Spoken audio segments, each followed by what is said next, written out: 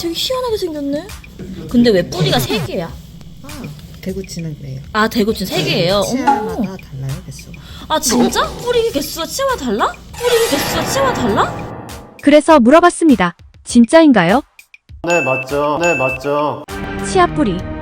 다 2개인 거 아니었나요? 같은 사람이라도 치아의 위치에 따라서 뿌리 개수가 좀 다른 게 있습니다. 눈은 안과, 피부는 피부과, 그리고 치아는 어디? 서울매일치과. 안녕하십니까. 오랜만에 인사드리는 서울매일치과 전원장입니다. 반갑습니다. 너무 충격적인데 저희는 당연히 다 2개 시킨 줄 알았는데. 근데 제가 볼 때는 그 피디님만 2개로 생각하시는 것 아니야, 내 같은데 주변에 물어봤어요. 제가 한번 보여드릴게요. 오늘 제가 여러분들의 이해를 돕기 위해서 이 소품을 하나 준비했는데요. 덴티폼이라고 하는 건데 치아가 이제 대충 이렇게 구현이 되어 있는 거예요. 좀 저렴한 거는 치아 머리만 이렇게 구현이 되어 있는데 오늘 PD님께 준비하신 거는 좀 비싼 것 같아요. 그렇습니다. 정말 비싼 거를 원장님의 컵으로 받고. 그래서 여기는 지금 뿌리가 구현이 되어 있거든요. 그래서 제가 하나씩 뽑아가지고 간단하게 설명을 드릴게요. 다만 여기 이제 덴티폼에 구현되어 있는 거는 좀 평균적인 상황을, 저희가 6전치라고 불리는 치아가 있는데 6전치, 6개의 전치인데요. 이게 앞니랑 송곳니예요. 하나, 둘, 셋, 넷, 다섯, 여섯. 이게 전치거든요. 이 전치들은 대부분 뿌리가 이렇게 1개예요. 맨 앞에 있는 치아, 중절치라고 불리죠, 우리가 흔히들. 2번째, 3번째, 여기 송곳니까지는 대부분 뿌리가 1개라고 보시면 되고, 그 다음에 이제 뒤에 있는 2개는 소구치라고 불리는 작은 어금니인데, 작은 어금니는 이런 식으로 뿌리가 약간 2개인 경우도 있고요. 뿌리가 1개인 경우도 있어요. 이건 지금 제가 뽑아야 되는데 발치를 하고, 자, 이건 뿌리가 1개죠. 이런 경우가 대부분이에요. 2개 아니면 1개. 그 다음에 위에는 이제 뭐가 있냐면은 큰 어금니가 있어요. 대구치라 불리는 큰 어금니가 있는데, 큰 어금니는 한번 보시면은, 뽑아 보시면은 어때요? 뿌리가 몇 개죠? 3개죠. 자, 위에는 이렇게 3개고 아래도 대구치가 있잖아요. 아래 대구치를 보시면은 아래는 이렇게 어떻게 돼 있죠? 2개예요. 네, 이렇게 일단 일반적으로 생각하시면 됩니다. 위아래가 좀 다르고요. 근데 왜 위아래가 달라요, 지금? 여러 가지 이유가 있을 수 있는데 위에 있는 치아가 좀 더 잡아줘야 되는 가능성이 좀 커야 되기 때문이에요. 중력 때문에? 그렇죠. 위에 있으니까 그런 것도 있고, 힘을 받는다는 게 방향을 고려해가지고 뿌리가 만들어지기 때문에 위에 있는 치아는 뿌리가 보통 3개고 아래는 2개라고 보시면 될 것 같아요. 아, 그 위가 좀 더 많다고 생각하면 되겠네요. 네, 그렇죠. 뿌리 개수가 다 다른 이유가 뭔가요?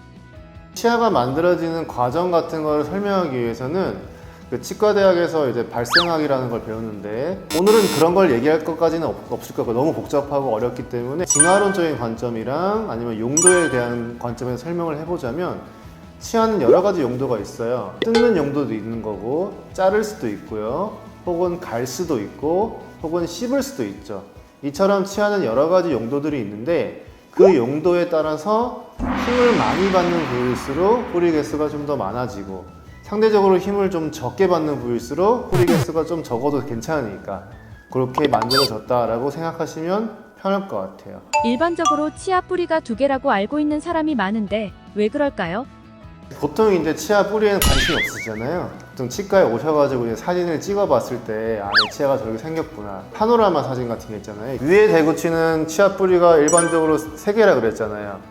그런데 엑스레이는 어떻게 찍히냐면은 이렇게 옆으로 찍혀요. 이렇게 엑스레이 사진은 각도가 이런 식으로 옆에서 찍게 돼요. 그러니까 옆에서 이 방향으로 보게 되니까 몇 개로 보여요, 지금은? 2개로 보이죠. 물론 여기 안에 하나가 있는데 이게 이제 겹쳐 있다 보니까 그냥 얼핏 봤을 때는 2개구나 이렇게 생각이 드는 거예요. 그래서 사람들이 이런 걸 보고 치아 뿌리 개수가 그냥 2개 아닐까 이렇게 생각을 하시는데, 그렇지 않은 경우도 있다는 걸 알고 계시면 될 것 같아요. 네? 일반적으로 이제 치과 이제 간판을 달 때 그림이요? 그림 이렇게 그리잖아요. 네. 앞니 그리는데 하나도 없잖아. 네, 저도 왜 그걸 생각해 봤는데 왜 앞니 그림을 안 쓰고 다 어금니만 쓸까? 그래. 딱 봤을 때 앞니는 뭔가 특색이 없어요. 그게 제 생각인데, 개인적인. 특색이 없다. 뭔가 이게 재미가 없어, 생긴 게. 그러네. 근데 얘는 뭔가 약간 특색이 생겼고, 어떻게 보면 약간 귀엽게 표현할 수도 있잖아요. 뭐 토끼처럼. 제가 볼 땐 그렇기 때문에 좀 캐릭터로는 어금니를 많이 쓰지 않나. 약간 설득력이 있네요. 네. 오. 근데 지금 덴티폼을 보니까 네. 또 상당히 좀 긴 거 같은 느낌인데. 뿌리가 길죠. 뿌리의 길이 같은 거는 당연히 개개인마다 차이가 있지만 저희가 이제 통계적으로 이제 평균치를 내놓은 연구 결과들을 보면 뿌리가 가장 긴 치아는 송곳니예요. 송곳니는 치관이라고 불리는 치아 머리의 길이에 비해서 1.7배 정도 되는 것으로 알려져 있어요. 요 치아 머리에 비해서 뿌리가 훨씬 긴 거죠. 그럼 이게 왜 기냐면은 송곳니 같은 경우에는 턱을 움직일 때 약간 가이드를 하는 역할을 해요. 턱을 뭐 옆으로 갈 때 혹은 음식을 씹을 때 턱이 마음대로 움직이면 안 되잖아요. 어느 정도 일관성을 가지고 안정적으로 움직여야 되는데 그러기 위해서 일종의 가이드 역할을 하는 치아들이 필요해요. 그러다 보니까 평생 동안 힘도 많이 받고 그렇단 말이죠. 그래서 송곳니를 보면은 힘을 많이 받고 역할도 있기 때문에 그 주변에 뼈도 조금 퉁퉁한 편이고요. 뿌리도 긴다고 보시면 되죠. 뿌리가 길면 길수록 좋은 건가요? 좋고 안 좋고는 없지만 그래도 짧으면은 좀 좋지 않은 경우들이 있죠. 그리고 어쨌든 지지를 해줘야 되니까 그럼 치아는 뿌리부터 만들어지나요? 그렇진 않고요. 거꾸로 머리부터 만들어져요. 어린 아이들이 치과에 갔을 때 연구치들이 턱뼈 속에서 만들어지고 있는 걸 볼 수가 있는데 그게 다 머리예요. 그리고 뿌리가 나중에 자라나면서 솟아난다고 보시면 돼요. 치아 뿌리가 어떤 건 1개, 어떤 건 2개라고 하셨는데 뿌리가 많은 건 기형인가요? 뭐 기형이라고 얘기할 수도 있겠죠. 근데 그게 사실 그렇게 뭐 상관없지 않을까요? 뿌리가 많거나 아니면 구조가 좀 복잡하게 생기면은 그 치료 과정 속에서 조금 애로사항은 있을 수가 있어요. 그럼 뿌리가 많을수록 좋은 거 아닌가? 뭐 그렇게 보실 수도 있는데 좀 최적의 방향으로 진화가 된 것 같아요. 치과 의사 하시면서 일반적인 개수보다 적은 뿌리 개수 본 적 있으세요? 적은 뿌리는 사실은 좀 보기가 힘들고 많은 건 많이 봤죠. 뭐 4개, 5개도 있고요.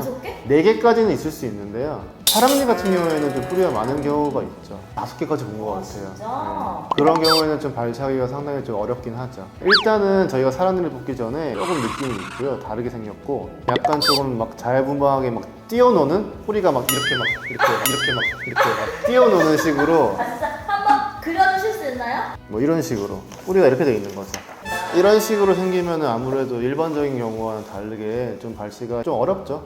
근데 이제 간혹 가다가 뿌리가 조금 일반적이보다 작은 경우가 있는데 제2대구치인데 지금 뿌리가 일반적으로 몇 개예요? 2개잖아요. 그런데 사실 작은 분들은 이 뿌리가 사실은 1개가 아니고 이 뿌리가 어떻게 되면 합쳐져요.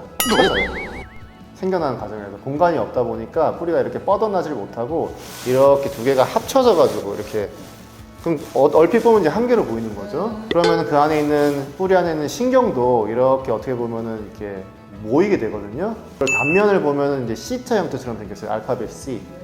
그래서 그거를 이제 C형 분관이라고 불리기도 하고 신경 치료할 때는 조금 까다롭긴 하지만 어쨌든 그렇게 뿌리가 합쳐져서 보이는 경우도 있죠. 뿌리 개수가 많다는 거는 아무래도 이제 뼈를 잡아주는 게 좀 강하다 보니까 아무래도 좀 뽑기가 힘든데 사실은 개수보다 중요한 거는 뻗어 있는 양상 같아요. 개수가 2개여도 이렇게 뭉쳐 있으면 이렇게 모여 있으면은 발치가 쉬운 편이고요. 개수가 2개여도 이렇게 뻗어 있는 경우가 있거든요. 이렇게 뿌리들이 그런 경우에는 좀 어렵죠.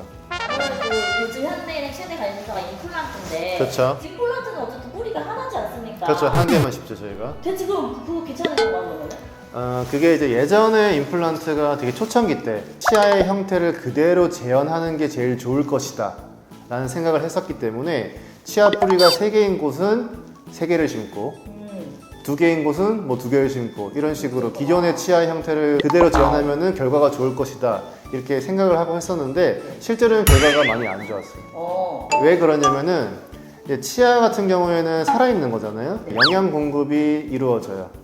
임플란트는 그게 아니고 어떻게 보면 인공 구조물이잖아요. 그렇다 보니까 임플란트 사이의 간격이 너무 좁으면은 그 사이에 있는 뼈가 버티질 못해요.